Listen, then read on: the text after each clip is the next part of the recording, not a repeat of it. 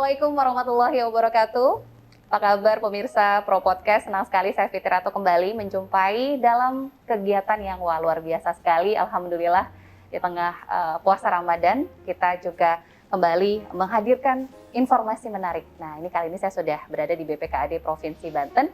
Kita akan ngobrol-ngobrol terkait dengan raihan WTP yang diperoleh dari Provinsi Banten yang ke-6 kalinya. Wah, luar biasa ini. Ini mempertahankan lebih sulit sebetulnya, tapi ini luar biasa 6 kali berturut-turut dipertahankan untuk meraih WTP, wajar tanpa pengecualian. Kali ini saya sudah berada di BPKAD Provinsi Banten dan persis di sebelah kiri saya ini sudah hadir Ibu Hajarina Dewiyanti SEMSI.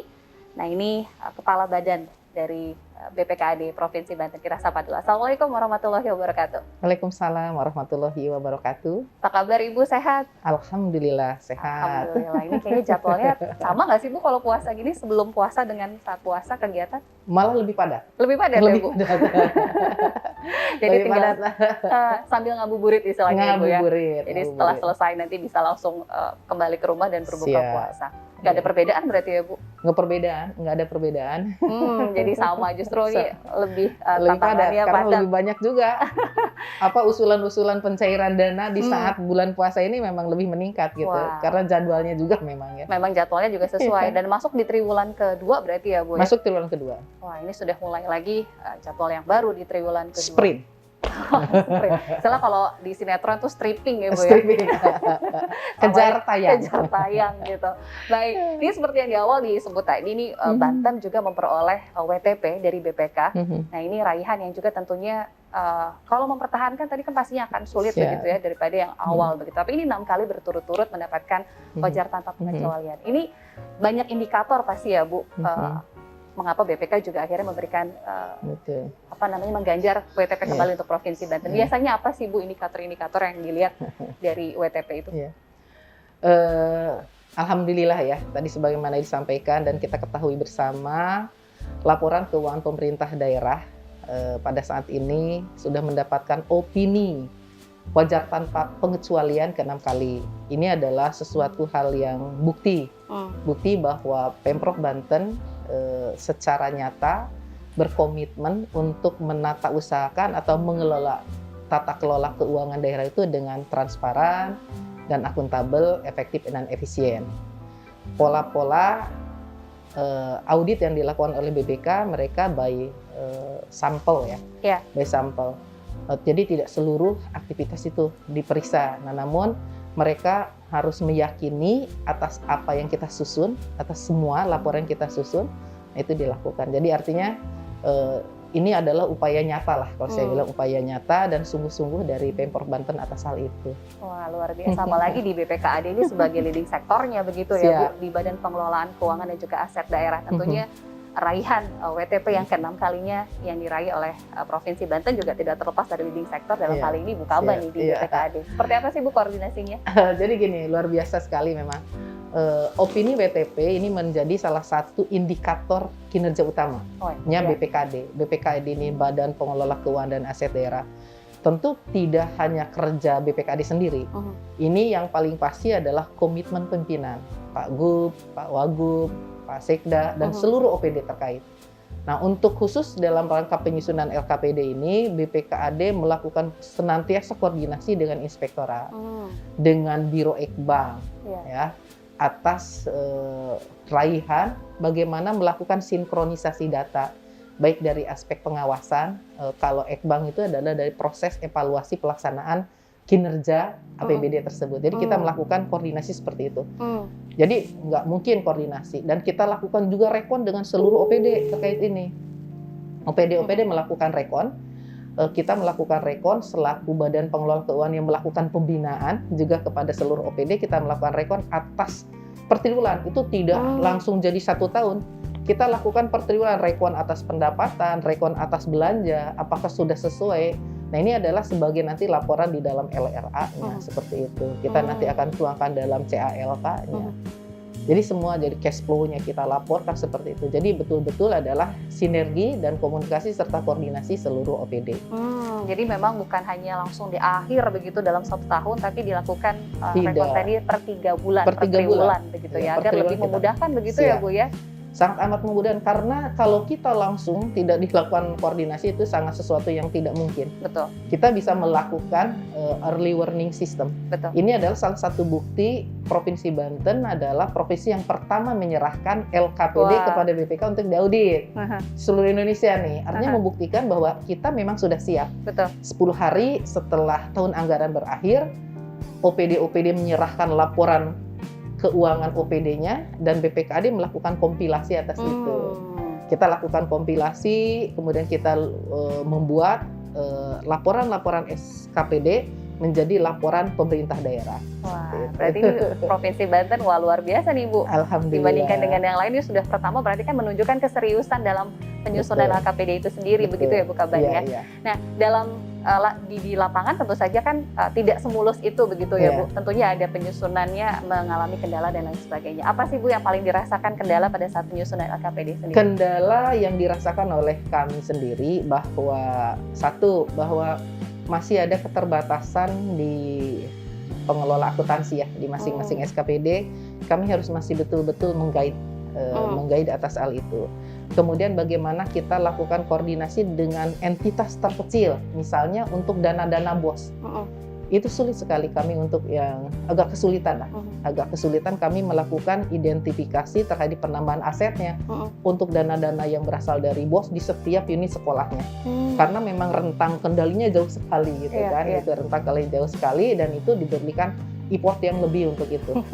Makanya BPK memeriksa bukan benar tetapi wajar. Nah, jadi itu bukan benar tanpa pengecualian. Wajar ya. Wajar tanpa pengecualian. Jadi, karena tadi juga dari berbagai sampel begitu ya. Dan Bu. perlu saya katakan bahwa dengan WTP ini bukan berarti kita bisa clear bahwa tidak ada unsur apapun atau tidak ada unsur manipulatif atau apa, tetapi minimal mempotret apa yang sudah kita lakukan memang dari by sample itu dan kita bisa transparan atas hal itu. Jadi memang masih amat dimungkinkan juga beberapa daerah yang sudah WTP tapi masih ada ditemukan keganjilan seperti itu. Itu mungkin perlu pendalaman dari APIP yang ada.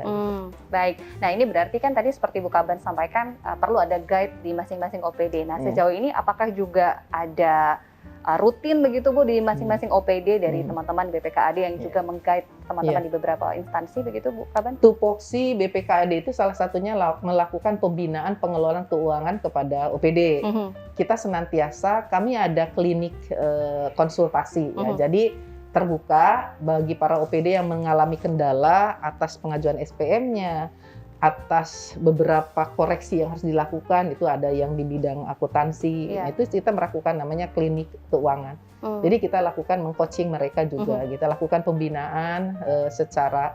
Nah sekarang saya harus juga membuka beberapa pertemuan, misalkan ini yang akan Zoom barusan itu adalah tentang bagaimana proses pengajuan rencana kebutuhan barang milik daerah. Karena di samping mengelola keuangan juga melakukan aset daerah. Jadi kita banyak dua aspek itu. Jadi kita melakukan pembinaan. Baik, nah ini kan tergantung dari kewenangannya masing-masing begitu ya Bu Kaban ya. Nah ini kan tentunya juga sebagai bentuk sosialisasi kepada masyarakat di Provinsi Banten khususnya ya Bu, ini terkait dengan transparansi. Dengan adanya raihan WTP dari BPKRI, tentu saja ini menjadi transparansi. Apa sih Bu targetnya untuk masyarakat sendiri dengan raihan WTP di Provinsi Banten? Saya menginginkan bahwa masyarakat bisa mengetahui satu tentang komitmen daerah, bahwa kita sudah berupaya semaksimal mungkin menata usahakan pengelolaan keuangan daerah sesuai dengan peraturan perundang-undangan, sudah sesuai dengan SPI yang berjalan, sudah disusun sesuai dengan norma-norma. Nah, dalam rangka transparansi ini, semua hasil-hasil yang kita lakukan pun kita sampaikan di websitenya BPKAD, websitenya Banten, sehingga masyarakat bisa mengetahui. Saya selalu terbuka untuk publik mengetahui untuk itu. Atas pelaksanaan APBD, silahkan, karena itu salah satu bentuk transparansi atas pelaksanaan APBD bagi masyarakat. Betul. Karena kan tadi tahapan di WTP itu dari BPKRI itu kan bermacam-macam ya Bu ya, ada yang dari WTP, kemudian juga ada bawahnya lagi begitu, WDP dan lain-lain. Nah ini kan paling tertinggi istilahnya Bu ya, WTP ini. Nah target ke depan Ibu, ini kan juga sudah akan masuk triwulan kedua di 2022. Nah tentunya ada beberapa target-target dari BPKAD maupun dari Provinsi Banten. Mungkin arahan dari Gubernur dan juga Wakil Gubernur ke depan seperti apa sih Bu Kaban?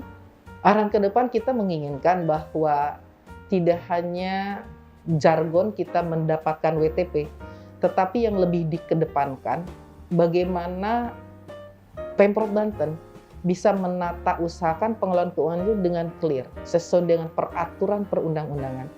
Jangan pernah takut lakukan, harus sesuai dengan peraturan perundang-undangan.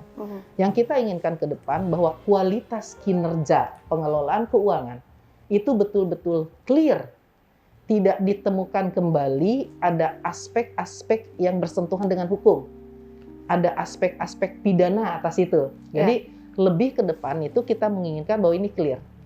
Jadi betul-betul sesuai dengan aturan lah, seperti itu. Itu yang kualitas kinerja lebih dikedepankan.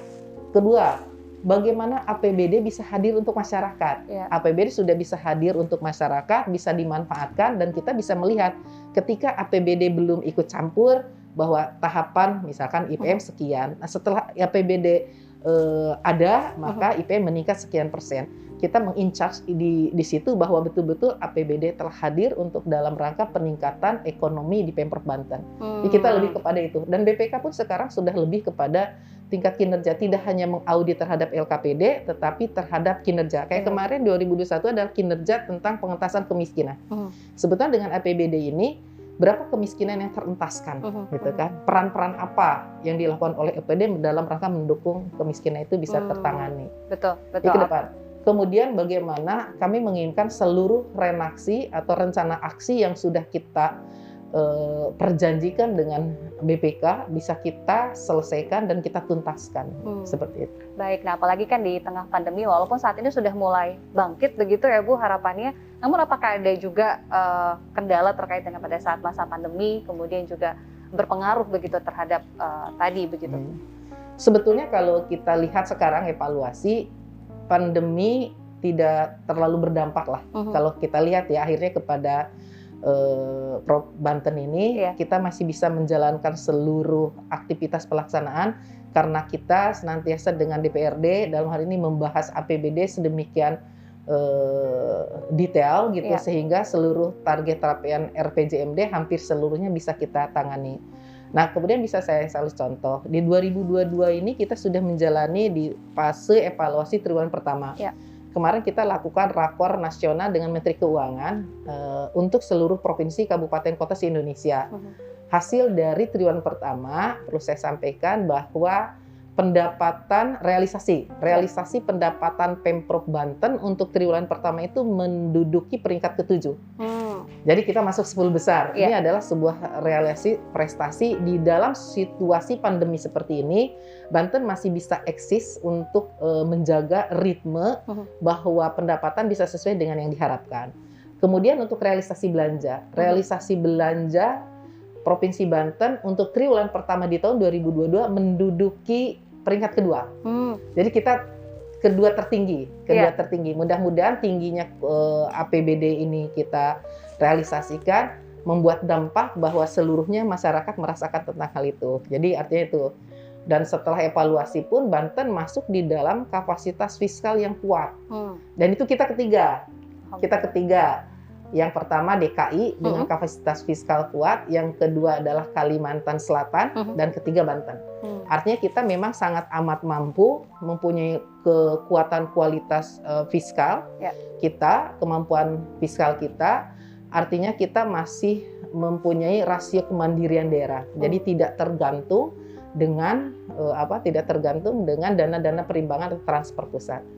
Seperti itu. Jadi masih dalam kondisi aman begitu ya Bu Kaban ya. Kemudian spare antara realisasi pendapatan dan belanja kita tidak lebih dari 5%. Artinya kita memang masih menjaga tidak ada dana-dana idle yang kita kelola. Artinya semua sudah tersalur seperti itu. Wah, ini alhamdulillah ini berjalan sesuai begitu ya Bu. Sampai triwulan pertama mudah-mudahan ke depan itu bisa tetap secara nasional terpelihara. juga nilainya baik sekali begitu Bu. Nah ini kan dalam rangka juga pemulihan ekonomi ya di tengah istilahnya kita sudah hampir mau endemi bukan lagi pandemi. Tentu saja ada banyak prioritas begitu di Badan Pengelolaan daerah keuangan daerah dan juga aset. Apa nih Bu ke depan pada saat pemulihan ekonomi? Tentu saja ada target-target ke depan. Kalau kita melihat dari prioritas pusat, di 2023 saja masih ada. Kita masih harus ada keberpihakan terhadap pemulihan ekonomi daerah akibat pandemi. Artinya misalnya pelayanan kesehatan tetap menjadi prioritas. Jangan sampai nanti muncul kembali dan itu akan menjadi resiko yang lebih besar. Artinya prioritas-prioritas ke depan bagaimana pemulihan ekonomi daerah dalam rangka mendukung pemulihan ekonomi nasional. Jadi bentuk-bentuk program itu harus betul-betul nyata untuk mendukung hal-hal tersebut. Gitu. Untuk pembelajaran. Tiga aspeknya itu adalah kesehatan, tetap kesehatan, pemulihan ekonomi, dan keempat adalah perkuatan infrastruktur. Mungkin kita bisa melihat juga social safety net, apakah masih bisa diperlukan dalam bentuk bantuan-bantuan seperti itu, atau dalam bentuk-bentuk program perkuatan yang lebih nyata, lewat perkuatan UMKM, seperti itu. Sehingga muncul nanti real ekonomi kemasyarakatan. Betul, jadi lebih mandiri dengan adanya program UMKM. Kalau tahun kemarin dan tahun ini kan masih bantuan-bantuan yang diberikan dari pemerintah pusat maupun juga dari pemerintah provinsi. Nah, untuk target prioritas juga akankah juga ada pembelanjaan yang menjadi prioritas begitu, Bu? Ya tetap, kalau prioritas belanja adalah tetap bagaimana pemenuhan RPJMD. Pemenuhan RPJMD di semua sektor seperti itu kan, bagaimana tentang pendidikan, ekonomi, sosial, dan program-program lain yang mendukung seperti itu. Baik. Nah ini kalau untuk SDM dan juga koordinasi dengan teman-teman di BPKAD sendiri seperti apa nih Bu kesiapan dari teman-teman sendiri? Salah satu yang akan menjadi fokus adalah peningkatan kualitas SDM. Nah kalau di BPKAD sendiri, ya saya bersyukur juga bahwa di BPKAD sudah cukup baik di dalam kualitas SDM, baik dalam yang berstrata di bidang S1 akuntansi gitu kan, itu sudah cukup memenuhi lah. Kemarin ada support dari D3 STAN seperti itu, sehingga itu akan menambah perkuatan terhadap koordinasi yang ada sebagai SDM yang ditugaskan di BPKAD. Dan saya juga berharap mungkin untuk SDM di OPD lain ada perkuatan khusus yang mengerti atau mengelola tentang pengelola akuntansi, pengelola barang. Itu sangat berpengaruh terhadap kualitas laporan keuangan OPD yang akan disusun. Ya, mudah-mudahan ini berjalan lancar. Gitu.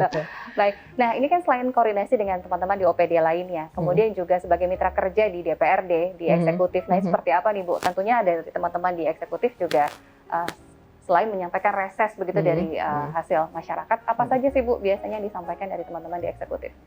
Tentunya kita melaksanakan koordinasi tahapan perencanaan, tahapan penganggaran, itu sesuai dengan aturan-aturan.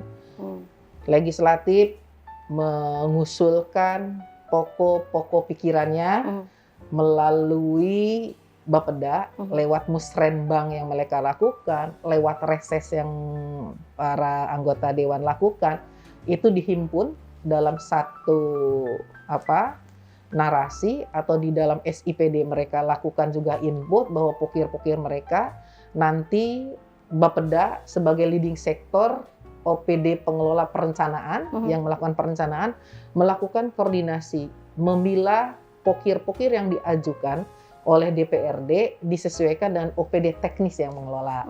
Nah itu nanti akan dikemas menjadi usulan-usulan OPD yang diselaraskan dengan visi misi kepala daerah. Seperti itu. Baik, jadi nanti ada sinkron antara eksekutif dan DPRD dalam hal ini mempunyai kesejajaran. Sama-sama mempunyai tugas dan fungsi masing-masing. DPRD sebagai fungsi legacy, fungsi budgeting dan controlling melakukan itu dan sinergi dengan eksekutif. Dan akhirnya nanti akan melahirkan sebuah produk namanya Perda APBD.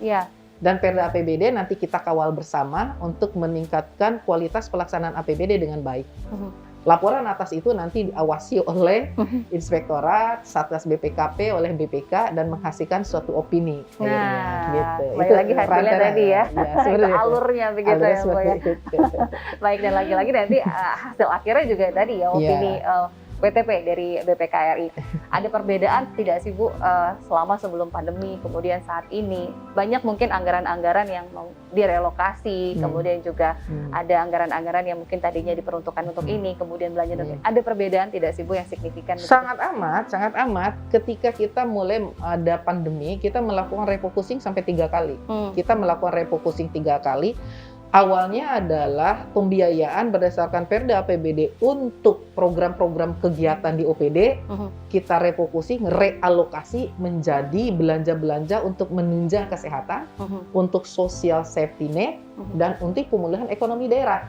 Artinya banyak kita menjadi menahan diri untuk tidak melakukan sesuai dengan rencana atas program yang sudah kita canangkan untuk program itu. Tentu berdampak, mungkin ada perhambatan atau perlambatan terhadap pencapaian RPJMD itu untuk program yang sudah dicanangkan. Betul. Namun ini tidak dirasakan oleh Banten saja, mungkin untuk seluruh Indonesia atau malah seluruh dunia atas hal itu gitu kan. Dan itu sangat amat dipahami. Dan kemarin kita hampir mengalihkan itu ke BTT yang paling besar seperti itu.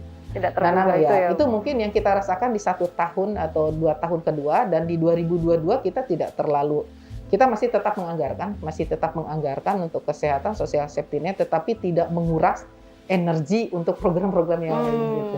Berarti rencana di 2023 apakah sudah normal kembali? Mudah-mudahan normal. Insya Allah mudah-mudahan normal kembali, tetapi tentu dengan tidak melupakan bahwa kesehatan, pemulihan ekonomi menjadi prioritas dengan peningkatan kualitas SDM gitu ya. Betul. Ini karena memang masyarakat juga masih tahap demi tahap gitu untuk bangkit dari pemulihan ekonomi. Mudah-mudahan 2023 harapannya semua sudah vaksin begitu ya Bu. Amin.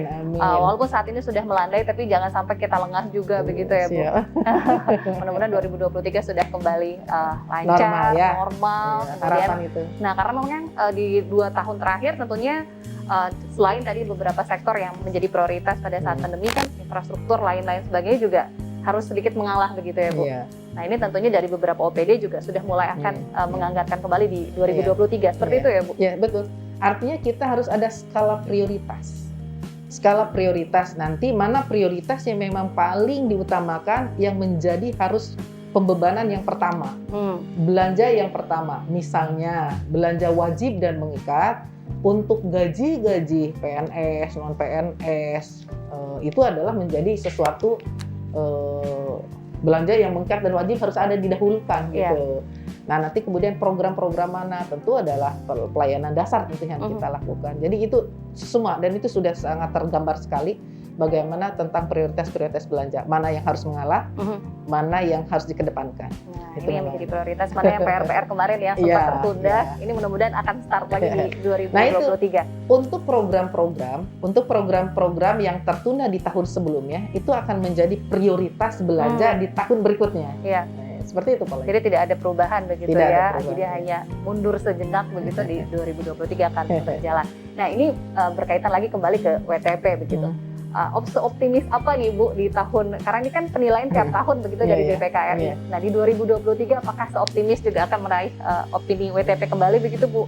Kalau saya bukan soal optimis atau tidak, tetapi saya lebih kepada selalu ayo kita lakukan mulai dari saat ini, lakukan yang terbaik, karena sebaik-baiknya adalah orang yang tidak melakukan kesalahan di lubang yang sama seperti itu gitu kan. Lakukan terus saja perbaikan, sehingga maka kamu harus yakin bahwa apapun raihan yang akan kamu inginkan itu akan tercapai. Jadi masalah optimis atau tidak, kalau tidak sama-sama komitmen dari seluruh OPD atau apalagi terhadap dari pimpinan, maka hal itu menjadi sesuatu yang mustahil. Tapi kita selalu, kalau saya melihat ada solid antara OPD, komitmen pimpinan yang kuat, maka hal itu akan terus kita bisa upayakan. Sistem yang sudah dibangun sudah sangat baik, tinggal kita melaksanakan seperti itu. Gitu. Amin, mudah-mudahan bisa mempertahankan kembali raihan. Karena memang sulit itu, mempertahankan itu lebih sulit. Betul, sulit. Dan ini juga harus teamwork ya, bukan hanya leading sektornya dari BPKAD, tapi juga teman-teman di OPD lain. Catatan apa sih Bu yang perlu disampaikan mungkin ke beberapa teman-teman di OPD lain juga? Ini kan karena kerja satu tim begitu ya Bu untuk raihan WTP ini. Apa saja yang mungkin perlu dipersiapkan, karena mengingat 2023 kan juga akan sebentar lagi gitu.